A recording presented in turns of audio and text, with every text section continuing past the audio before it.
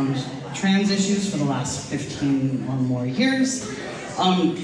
This is a community action meeting. We're gonna start with a series of speakers who will share their knowledge and experience about what's happening, the impact that it's having on youth and families, the responsibility that we all have in local government, and then we're gonna learn about several ways that you can all get involved.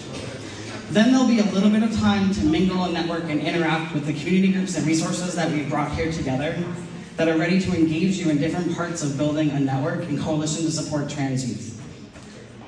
We believe that trans youth deserve the same supportive schools and education opportunities as their peers, and that Rhode Island's long history of being on the leading edge of trans rights did not happen by accident.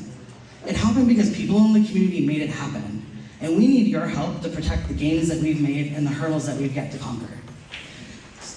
So before we get started, a couple of quick announcements. The exits are in the back of the room. There's an exit to the front of the room. We have to be out of this room at 7:30, be kind to the library staff and allowing us to be able to make sure they get to close on time. And then so we have a hard stop at 7:30.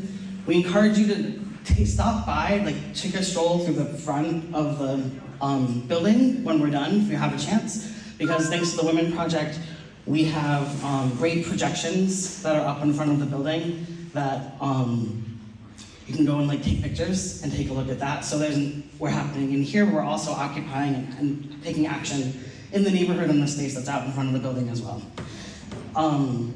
Okay, so we're just gonna jump right in because we have a lot to do in this hour. We really wanted to keep this as a compact time and just recognizing that there are a lot of parents and families here. We wanna make sure that we're fitting this in between dinner and bedtimes and trying to make sure we're being really efficient to get people through. So we're trying to really be cognizant of that. So the first speaker I have to introduce to you tonight is Ryan Fontaine. She is the Trans Health and Policy Specialist who gets to work with me at Thundermist. A lot of the work that Thundermist has done over the past several months, especially around youth in schools, is really thanks to Ryan. So instead of me giving all of the lecture and history of what's happening, Ryan's really the one who knows what's going on and the one who's really on top of it. And so I'm so pleased to welcome Ryan to be able to share all the things that you've been learning and what is it that we need to know about what's happening. So how we got here and why it's happening. Thank you.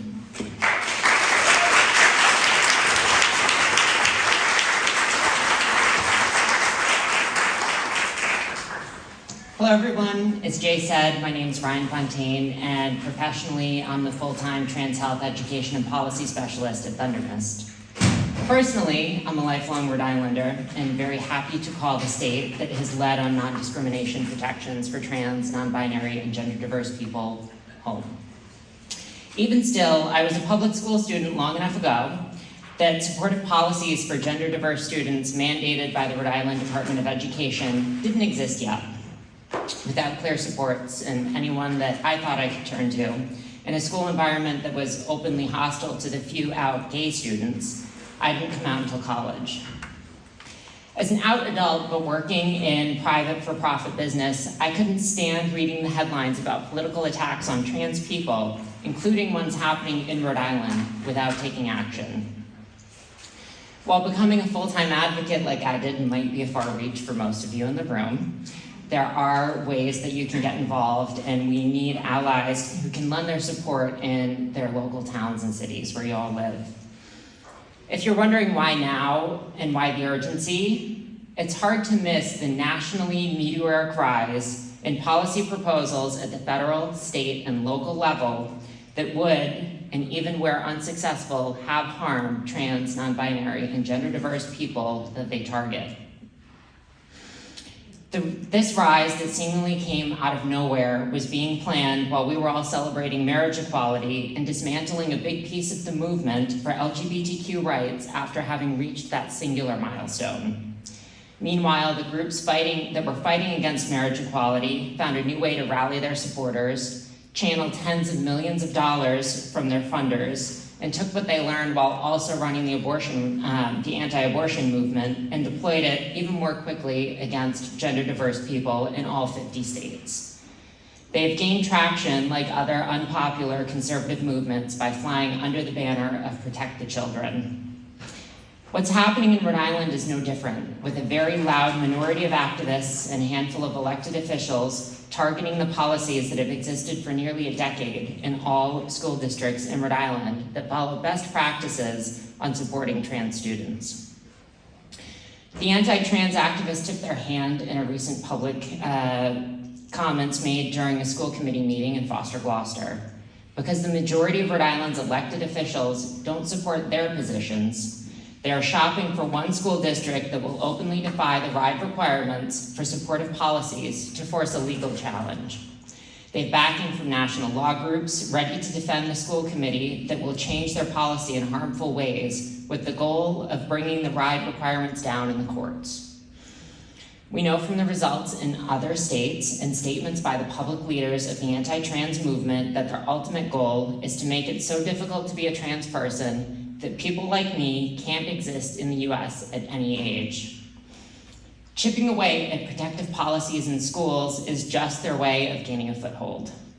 We can't let them be the loudest voices in the room, spreading misinformation that people will believe if left unchallenged.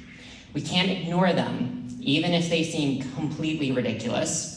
They won't just give up when they're supported by national organizations with millions of dollars to spend by waging lawfare, as they like to call it, and running camps to train conservative school committee members.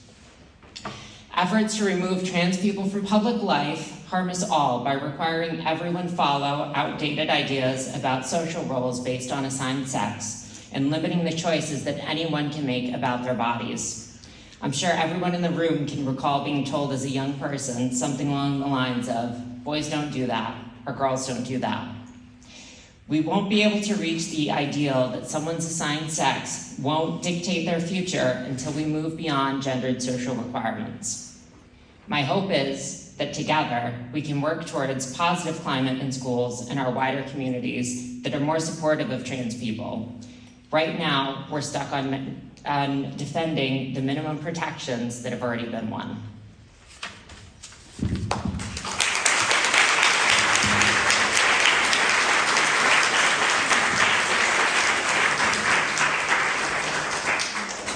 Thank you, Ryan. Next, I want to introduce Stephanie Geller, Deputy Director of Rhode Island Kids Count and mother of a trans teen. Stephanie's going to talk to us about her experience in supporting her child.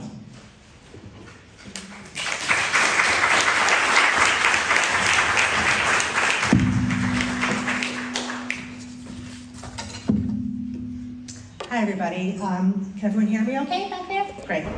I'm Stephanie Geller. As Jay said, I'm the Deputy Director of Rhode Island Kids Count. And I want to just tell you a little bit about that role before I talk a little bit about my role as a mom. Right? Thank you. I just started to do something.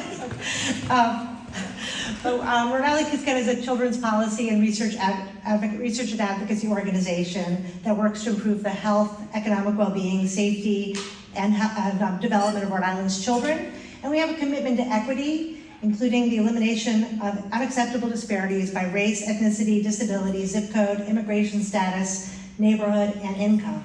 And that commitment to equity includes gender equity. In May of 2001, Rhode Island became the second state in the country to explicitly prohibit discrimination on the basis of gender identity or expression. And in 2017, Rhode Island Kids Count testified on the need for the Rhode Island Department of Education to develop a strong policy or guidance on the rights and protection of transgender and gender nonconforming students in schools. More recently, we've supported legislation on a student bill of rights and opposed really damaging, hateful legislation that would have placed restrictions on both curriculum and teaching practices in Rhode Island, prohibited psychological or medical counseling in any school setting, excluded gender identity and sexual orientation in sex education, required educators to use names and pronouns associated with the student's biological gender instead of their gender identity, and established disciplinary measures against educators for violations of these provisions. So these are the kinds of hateful laws that we're fighting and that I know all of you are against here today. So I want you to know that Rhode Island Kids Count stands firmly in support of trans youth. But mostly I'm here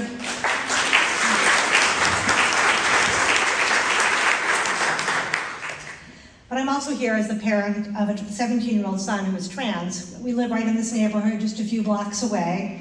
My son Connor came out to my husband and me when he was in his early teens. And we've supported him throughout his journey as his school and his community, and I know this is not the experience that many other people have had.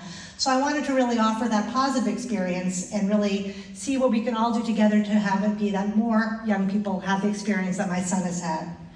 The summer before 10th grade, I went with him to his school, and we formally changed his name and gender marker on his school records. We met with the vice principal. She went right into the computer. She changed it before we had any formal court record or anything. She was very helpful.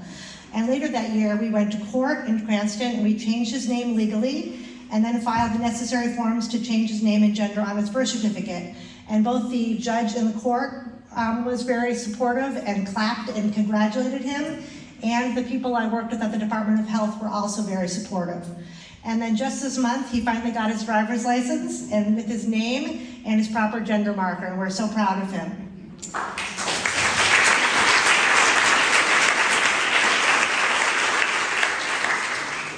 And I also want to commend my son's school, which is Cranston East, right down the road, for making him feel welcome and supported.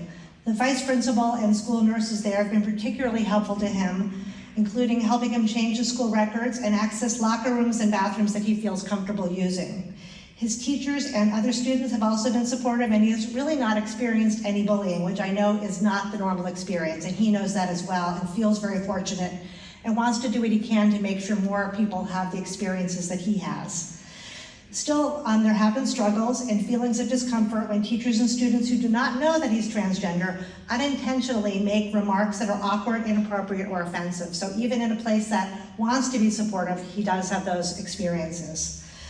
I also want to really commend this community. Connor worked with us to write something up on Facebook announcing his transition and sharing our support as his parents.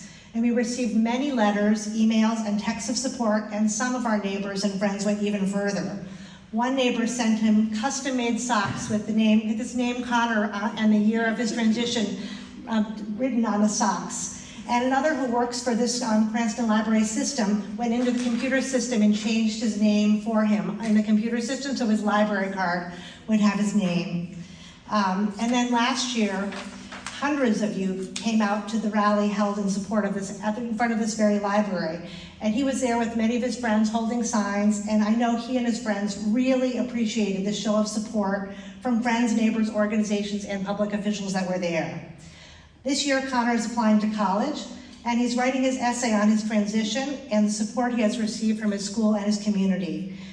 And I know that he and I think that everyone should get this kind of support. And I want to thank all of you for coming out today and for all you do other times and other days to speak up for trans youth, for your children, for your community, for your state, and for speaking out against hate. Thanks so much.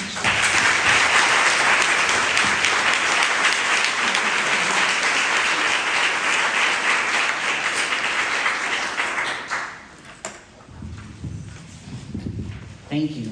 I have to admit, was not expecting to get a little teary. I was definitely getting a little teary. You know, the experience that you had and that Connor had in going through the name change process at schools is directly tied to the regulations that are in place, right? But also, the experience with getting his name changed and with going to the Department of Health are directly tied to work that I've been involved with for so many years and hoping that, you know, folks just get to go through this and it's a non-issue. And it just happens. But that didn't happen by accident, right? Like that happened because folks have to, this is not magical fairies, so maybe fairies, but not so magical. Like it takes actual like hard work to make sure that we're pulling these things together and not organizing to make that change happen. And so that kind of inspiring to think about what else you can do to get involved. Like it just takes a couple people to be able to do those things. And then the amount of impact goes on and on and on. So thank you.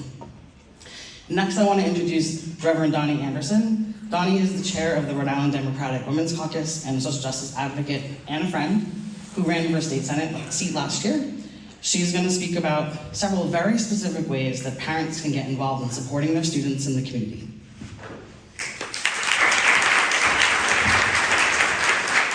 I'm sorry, Steve, I didn't really set up there.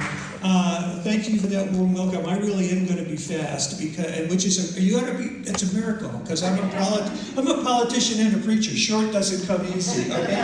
But I think I mean just the truth, right? This is the way it is. I first of all, I want to start with this one thing. A lot of talk about those of us in our community revolves around the difficulty that we have in transition and some other things. And a lot of that's true. But what we don't talk about so much is what it means to be able to live into your authentic self. To wake up in the morning and know that today I really get to be me. And that is, and I want to make sure you hear that. Because there are tough days, but boy, there is joy. There is real joy, and I want to share that with you. Okay, so, this last year, ACLU was tracking around 500 anti-LGBTQ plus bills. There were about 130 of those across the country in state legislatures that really targeted trans youth in a variety of ways. And it's the young people that many of these legislative efforts are going after, because there's vulnerability there, and there's this sympathy for what's referred to as parents' rights. I'm not going to talk about that because I'd never get out of here, and there's somebody much more qualified than me to talk about that. But here's what I want to talk about, some practical things that you can do. Now, first of all, you can run for office, okay? And I would encourage you to do that. There are a bunch of people here who run for office.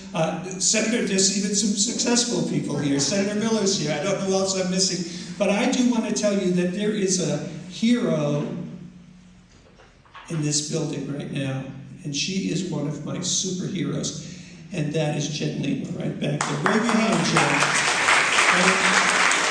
Let me tell you why she's a hero. Because she ran for school committee. And I'm not going to tell her story, but let me tell you, she has seen more grief. And I grew up in Cranston, so I use the word agita quite frequently, all right? More grief and agita than anyone has a right to do that. But she's a hero. And I would encourage you to run for us. There are folks back here who can give you all kinds of wonderful information about doing that. But most of you aren't ready for that yet. Remember I said yet, okay? But what can you do? Well, first of all, it's already been noted that a lot of the opposition that's really grabbing hold here, I'm not talking about Florida, or Texas and those places, right? I'm talking about Rhode Island, is the effort that people are doing to reach out to school committees and local elected officials. Now listen, school committee members are not somebody way out there. They're your neighbor. And they've run for office, and they have positions. You need to get to know their positions. And the people who are endorsing good policy and good perspective for our children need to be supported. Because if somebody comes out on a school committee and supports trans kids, they're going to get grief. And a lot of it is ugly beyond imagination. Those people need your support. So I'm asking you, if you really want to help our kids, find out who in your community, not next door, find out who in your community is on the school board.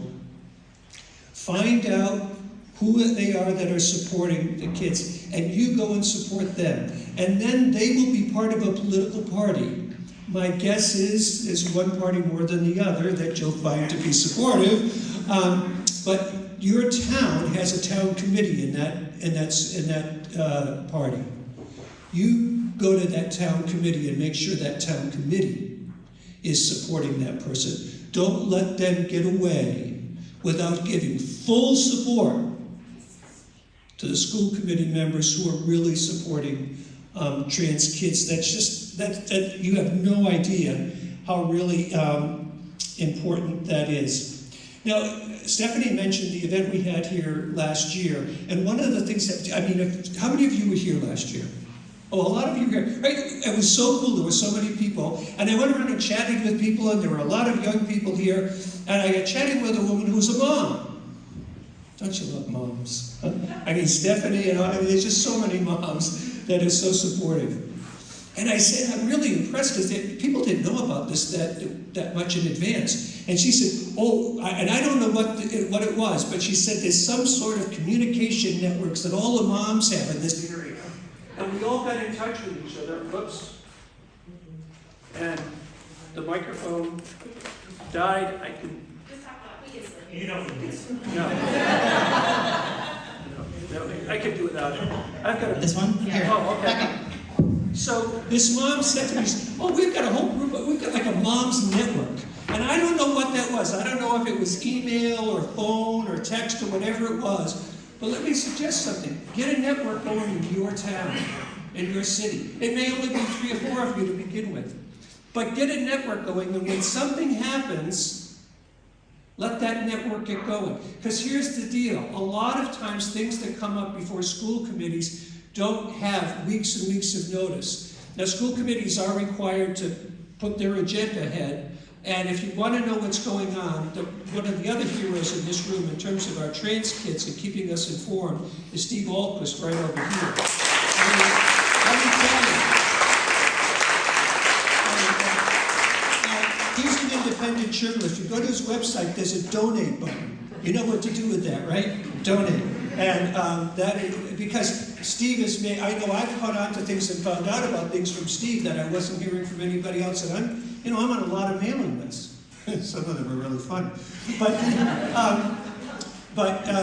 set up a network of things that are going on in your area. Become involved in your local library. And know your librarians and know the people on the library board, because they're being targeted too. 1 minute warning, and I'm almost done. Thank you very much. See, he knows me. All right, so here's the last.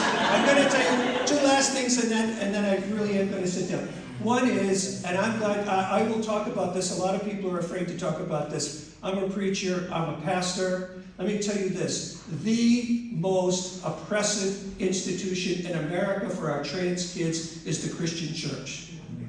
Now, not every Christian church is that way, but that is the reality. And I would encourage you, if you are a person of faith and you attend a church, make sure that church is supporting trans kids. And if they don't, leave and find a place that you can support, okay? That's you cannot survive and let these people get away with that and distort a faith tradition that really ought to be supporting these kids and not. Here's my last thing. Honest, Jay, this is my last thing. As a parent, I have 4 kids and 9 grandkids. I know what it's like to look at your child and feel helpless. Feel like there's just nothing that you can do. Because there's nothing in your power to do. I know that feeling. But this is not one of those things. You can do something. You are empowered to do something. This system of government gives you the opportunity to have power. And by all means, for the sake of our children, please exercise that power.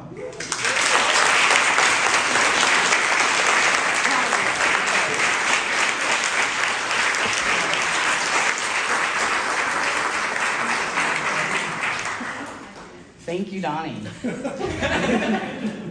So our final speaker is April Ruda Flores, U.S. marketing leader for Signify, and is a Latina mother of 3 who's an active LGBTQ and youth rights advocate. She's going to talk to us about why we're here and highlight the resources we have in the room. All right.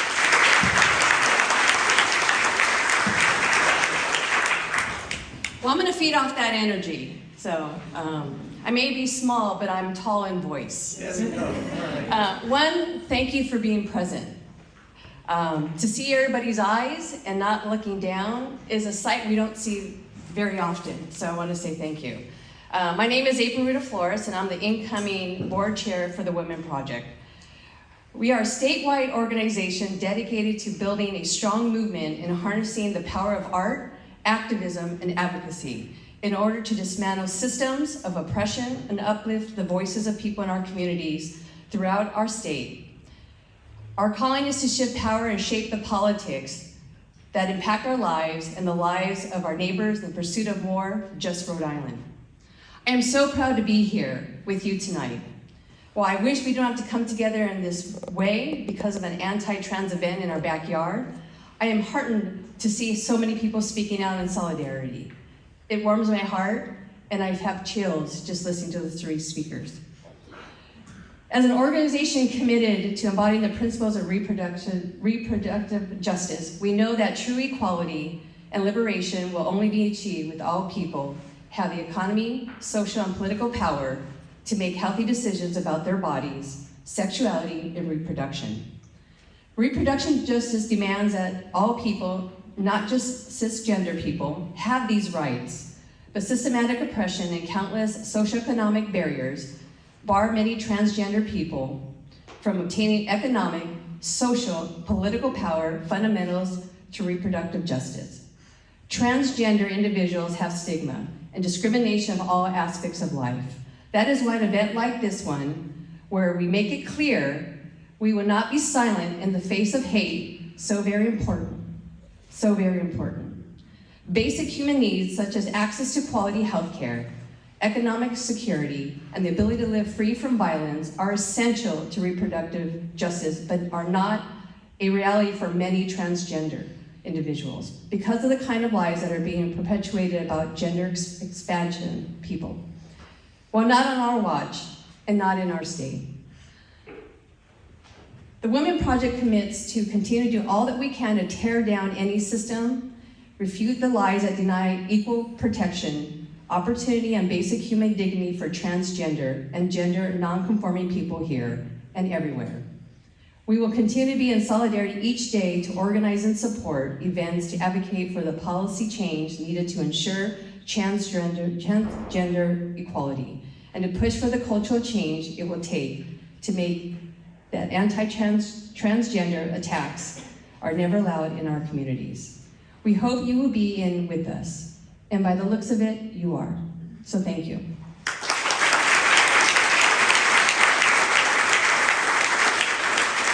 So in closing, I want to talk a little bit about the tables that are in the back.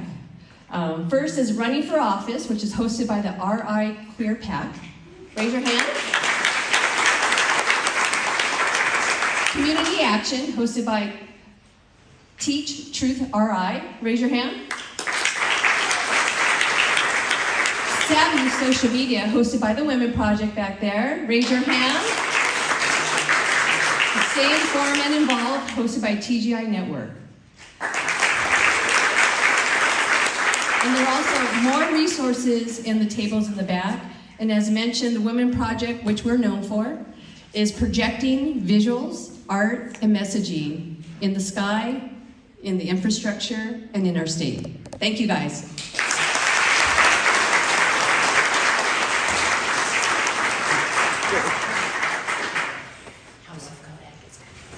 Oh, just shout out, there's other groups back here that didn't get mentioned. So House of Kodak is here tonight. Anybody else that we didn't mention yet? Anybody else? Newport Pride. Coyote RI. Women on Rhode Island. Youth Pride.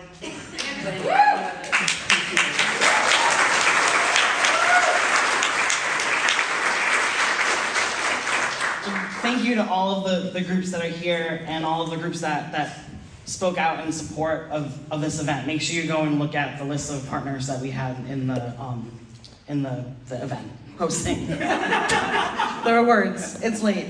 We started it. We did start early this morning. So thank you all so much for being here. This wraps up the speaking portion of this event, but you will hear from me at 7:30 if we're still mingling around here, asking you to kindly leave. So you have time now to talk to each other and the tabling, and then as you leave, please do take a walk through the front of the building to see the great projection that's out there in the library. Thank you all so much for being here.